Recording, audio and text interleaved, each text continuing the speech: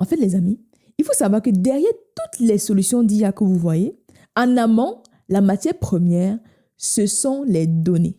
On ne peut pas avoir ChatGPT aujourd'hui si on n'a pas de données. On ne peut pas avoir Copilot si on n'a pas de données. On ne peut pas avoir Gemini, DeepSeek si on n'a pas de données. Les entreprises ne peuvent pas développer des solutions puissantes sans avoir suffisamment de données. Ce n'est pas possible. Regardez bien, regardez. Aujourd'hui, on dit que DeepSeek est open source, on peut l'utiliser.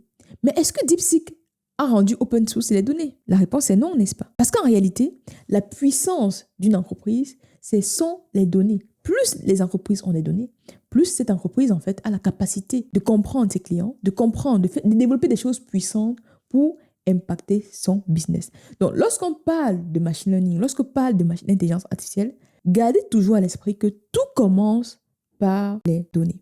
Et beaucoup de personnes pensent malheureusement qu'on peut faire des modèles, même les entreprises, pas seulement les personnes.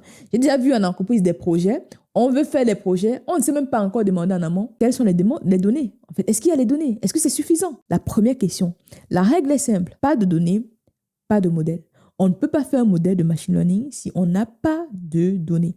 On ne peut pas avoir ChatGPT si on n'a pas de données. OpenAI, par exemple, pour avoir des modèles comme GPT-4 et autres, ce sont des milliards, on n'arrive même pas à compter, des centaines de milliards de données qu'il faut. Parce que OpenAI a scrappé tout Internet pour pouvoir développer la solution que nous avons tous dans nos téléphones aujourd'hui, en fait. Donc, premier point essentiel lorsqu'on fait du machine learning, c'est avoir des données suffisantes.